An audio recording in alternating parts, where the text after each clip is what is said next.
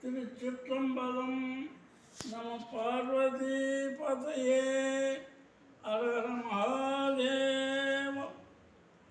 பிடி அதம் ஒரு உம்மை கொள்ள மிகு கரியது வடி கொண்டு தனதடி வழிபடும் அவரிடர் கடி கணபதி வர அருளினன் மிகு கொடை வடிவின பயில் வலி வலம் உரை இறையே.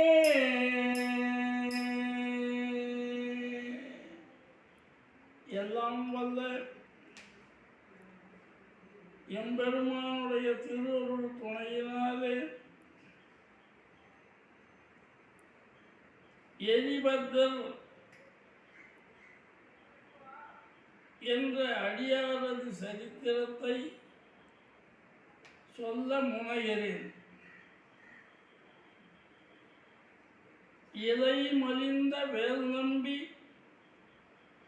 எரிபத்தற்கு அடியேன் என்று சுந்தரர் இவரை பற்றி குறிப்பிட்டிருக்கிறார். நீர் நிரம்பிய இந்த நில உலகத்திலே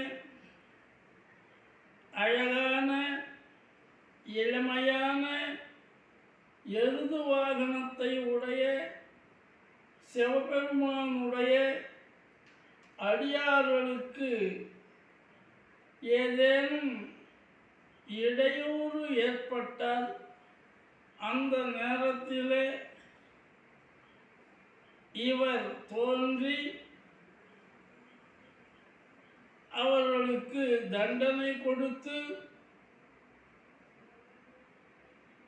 அந்த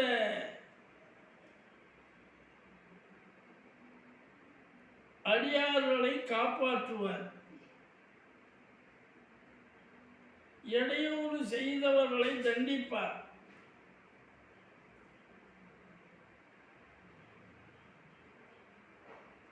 சோழ வளநாட்டிலே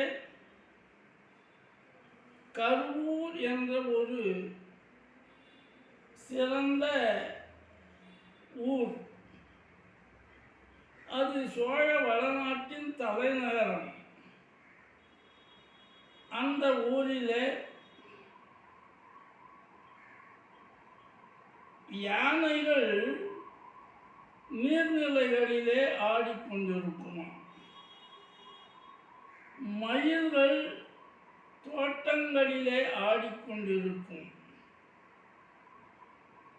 அரங்கங்களிலே அடர்த்தியான மணிகள் ஆடிக்கொண்டிருக்கும்.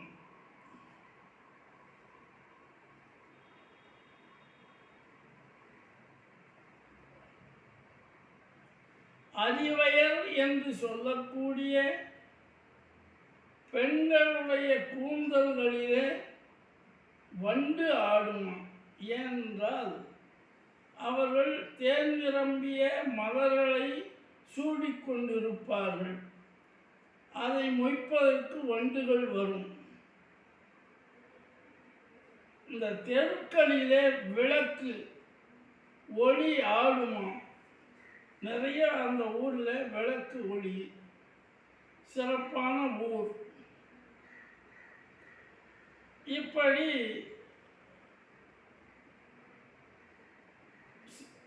சிறந்த ஊராக விளங்கக்கூடிய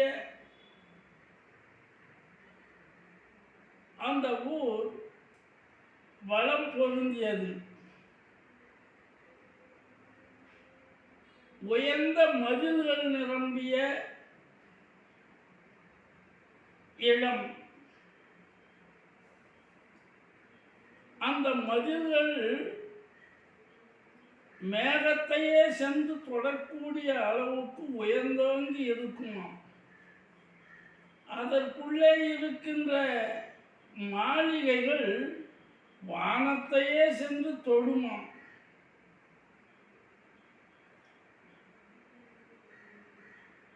இப்படி சிறப்பான ஒரு ஊர். அந்த ஊரிலே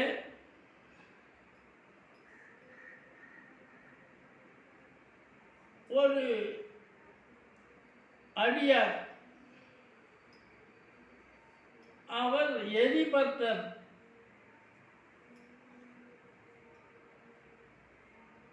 தினந்தோறும் கோயிலுக்கு சென்று வருவார்.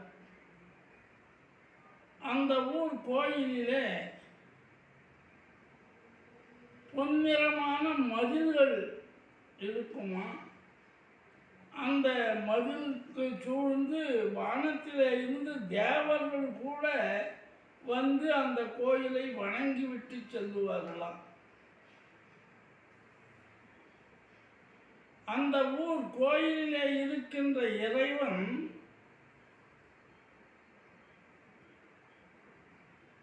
எப்படிப்பட்டவன் என்று குறிப்பிட்டிருக்கிறார் என்றால், அடியவர்கள் மனத்தை விட்டு இறைவன் நீங்க மாட்டானா. அதுபோல அந்த கோயிலை விட்டும் இறைவன் நீங்க மாட்டான். அப்படிப்பட்ட ஒரு சிறப்பான கோயில். அந்த கோயிலுக்கு பெயர் ஆனிலை என்னும் கோயில். அந்த கோயிலுக்கு தினந்தோறும் வந்து வழிபடுகின்ற தொழிலராகி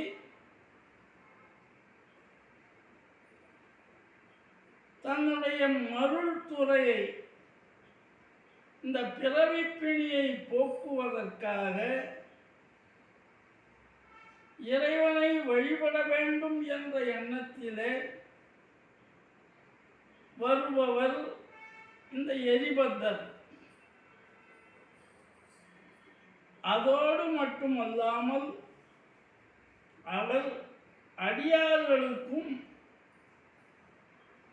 தொண்டுகள் செய்திருக்கிறார்.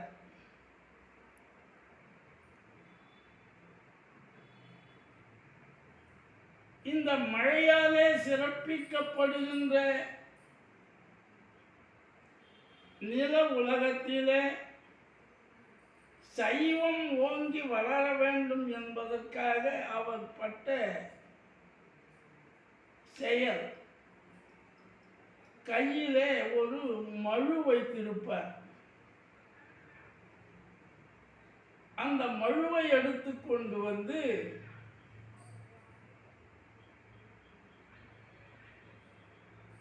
சிவ அபராதம் செய்தவர்களை தண்டிப்பார்.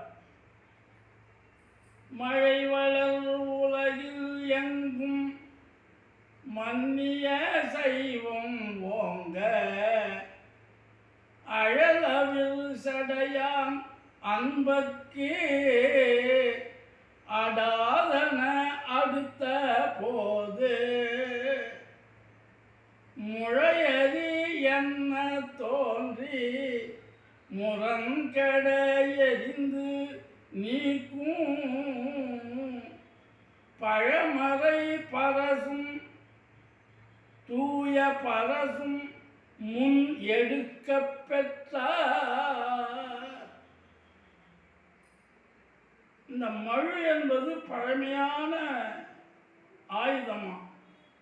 அது சிவபெருமான் கையிலே இருந்திருக்கிறது. சண்டேஸ்வரர் என்பவருடைய கையிலே இருந்திருக்கிறது. பரசுராமர் என்ற முனிவர் கையிலே இருந்திருக்கிறது. இப்படியெல்லாம் அதனுடைய சிறப்பு. கையில் மான் மழுஏந்தி காலம் காலமறுத்தான் என்று சொல்லுவார் சுந்தரர். அந்த மழு ஆயுதத்தை இவர் கையிலே எடுத்துக்கொண்டு இருந்தார். இப்படிப்பட்ட இந்த சிறந்த அடியார் அரச குடும்பத்திலே பிறந்தவர்.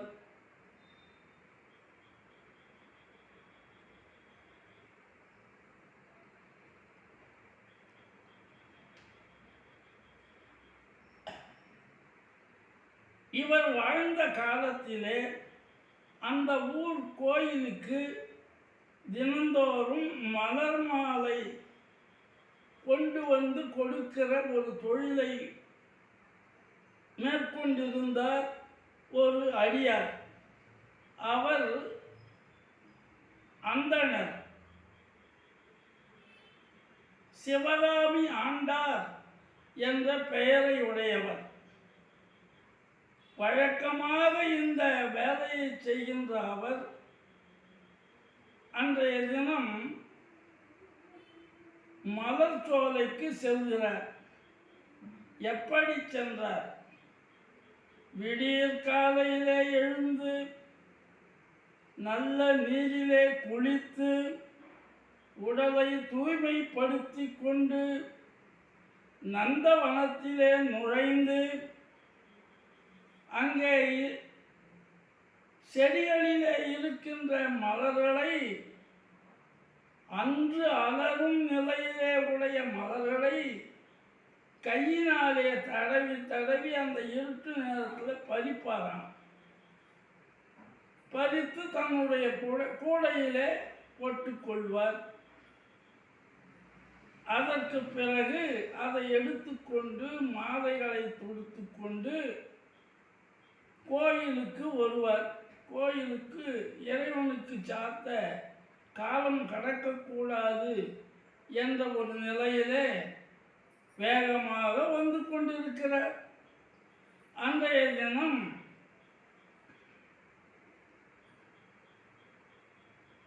அந்த ஊர் அரசன் புகழ்ச்சோழன், அவனுடைய பட்டத்து யானை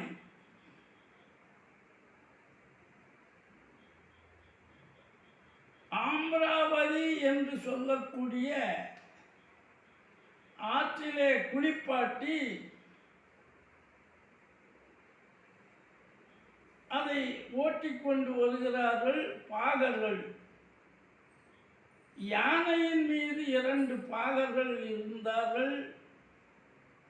கீழே 3 பேர், ஆக 5 பேர் அந்த யானையை செலுத்தி கொண்டு வருகிறார்கள். கரிய மேகம் போன்ற அந்த யானை சுழல் காற்று போல சுழன்று வேகமாக வருகிறது. அதை நெருங்க முடியாத நிலையிலே அந்த பாகர்கள் கூடவே ஓடி வருகிறார்கள். பார்ப்பவர்கள் பயப்படுகிறார்கள் அந்த யானையை பார்த்து. சிவகாமி ஆண்டார் முன்னே செல்ல இவர் இந்த யானை பின்னாலே வந்தது.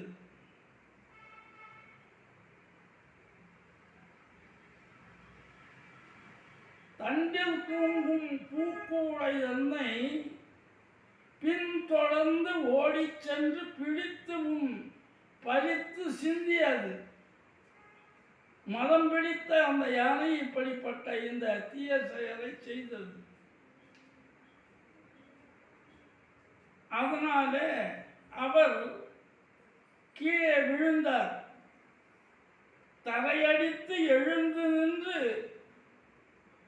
செப்பரும் துயரம் நீடி செய்யத்து முன் சிவதா என்று சொல்லுவார்.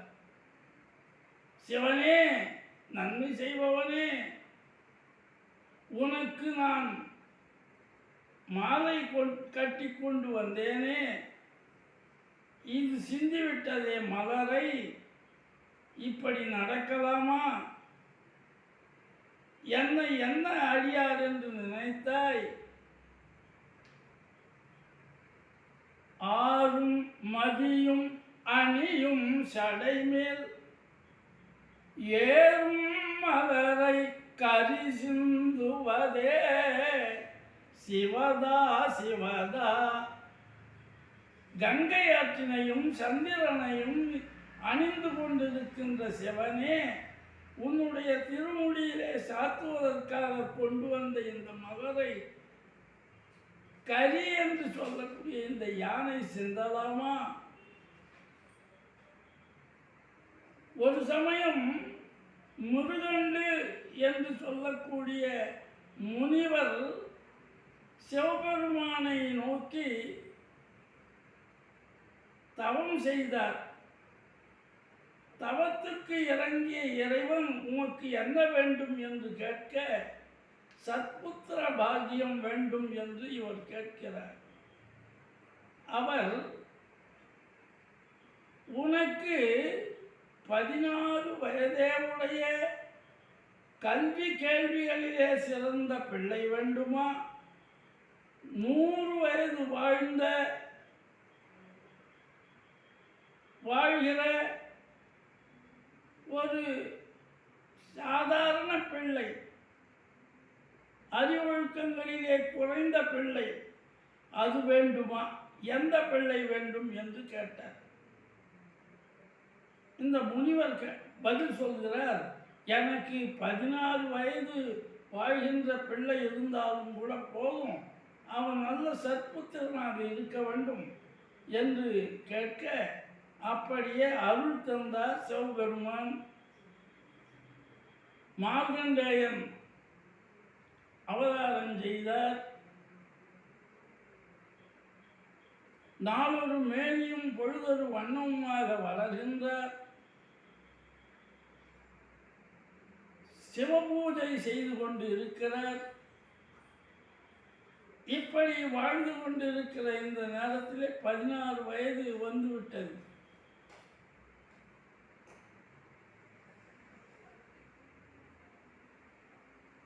யமன் கணக்கு பார்த்தான். இவருடைய உயிரை இன்று கவர வேண்டும் என்று அங்கே எருமைக்கடா மீதேறி வந்தார். கையிலே இருந்த பாசக்கயிறை எரிந்தார். அது மார்கண்டேயனை பிடித்தது மட்டுமல்லாமல் மார்கண்டேயன் கட்டி கொண்டிருக்கின்ற அந்த சிவபெருமான் சிவலிங்கத்தையும் சேர்த்து இழுத்தது. அந்த நேரம் சிவபெருமான் அந்த லிங்கத்திலே இருந்து தோன்றினார். தன்னுடைய நீண்ட காலினாலே அந்த மரலியை உதைத்தார். இப்படி செய்தாயே, அன்றைய தினம் நான் உனக்கு மலர் கொண்டு வந்தேன், எனக்கு இப்படிப்பட்ட கஷ்டம் வந்துடுத்தே என்று வருந்தினார். நெடியோன் என்று சொல்லக்கூடிய திருமாலாலும் கூடிய அறிய முடியாத உன்னை அடியவர்கள் எளிதாக அறிவார்கள் என்று சொல்லுகிறார்களே, என்னை எந்த அடியார் என்று நினைத்தாய்? ஆரா அணைவாய், அடியார்களில் என்னை யாரென்று நினைத்தாய் என்று பலவாறு புலம்புகிறார். யானையின் தோலை உரித்தவராயிற்றே நீங்கள், இப்படிப்பட்ட சிறந்த ஆற்றலுடைய நீங்கள் யானையை கொண்டு எனக்கு இந்த தொந்தரவை கொடுத்து விட்டீர்களே என்று பலவாறு கேட்கிறார். அந்த சமயத்திலே எரிபத்தர் அங்கே வந்து விடுகிறார். யானை இவருடைய மலரை சிந்திவிட்டு போய்விட்டது. உங்களுக்கு என்ன நிகழ்ந்தது என்று எரிபத்தர் கேட்க, நிகழ்ந்ததை சிவகாமி ஆண்டார் சொன்னார். இந்த யானை இனிமேல் பிழைக்காது, நான் சும்மா விட மாட்டேன் என்று பின்தொடர்ந்து ஓடினார்.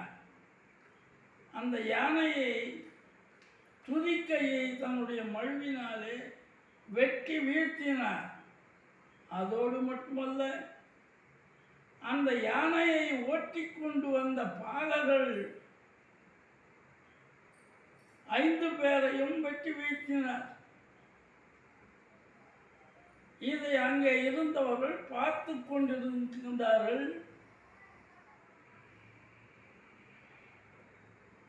ஓடினார்கள். அரசனுடைய அவையிலே வாயிற்காவலனிடத்திலே சொல்லி அரசனுக்கு தெரிவித்தார்கள். அரசன் கோபமாக வெளியிலே வருகிறார். யாரோ பகைவன் வந்து விட்டான், போர் மூண்டு விட்டது என்று எண்ணிவிட்டார்.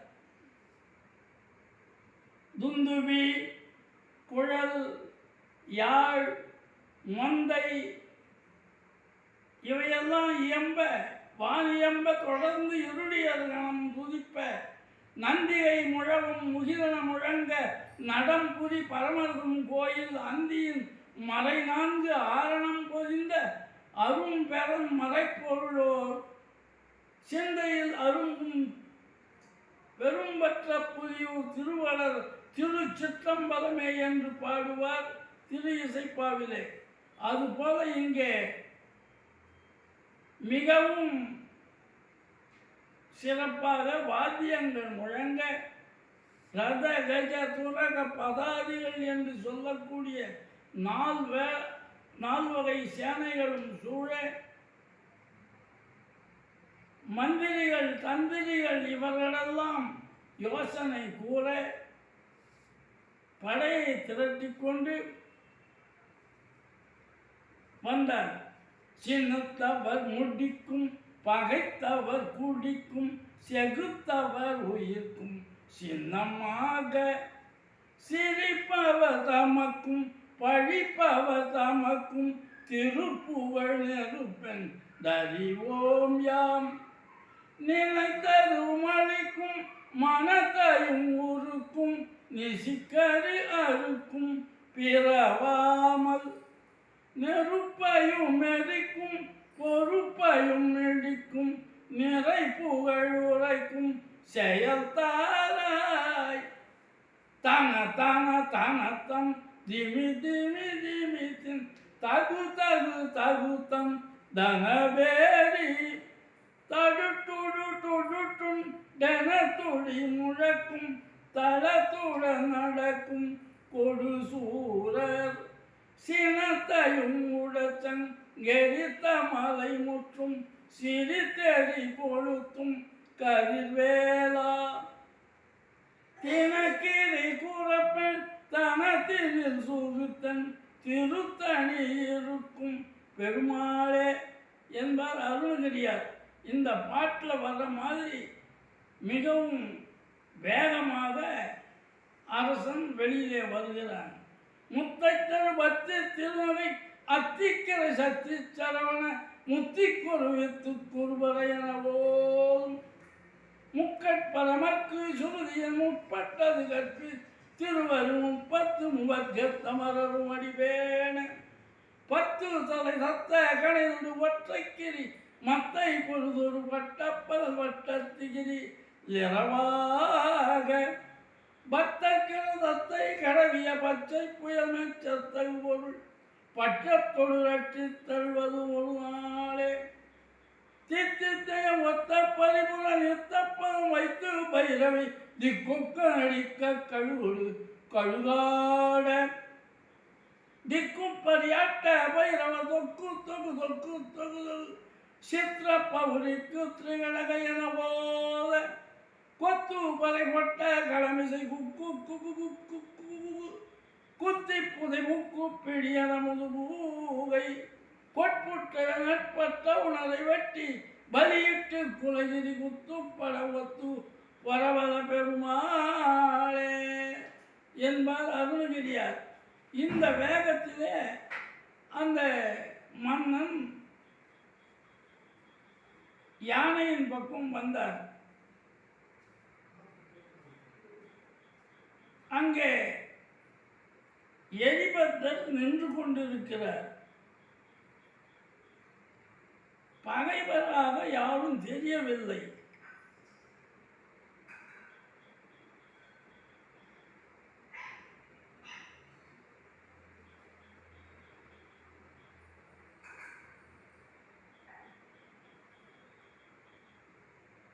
இப்படி நடந்திருக்கிறதே, இதற்கு காரணம் இவர் எந்த தவறும் செய்திருக்க மாட்டார் என்பதை உணர்ந்து கொண்டான். இங்கே நின்று கொண்டிருக்கிறவர் அடியவர்.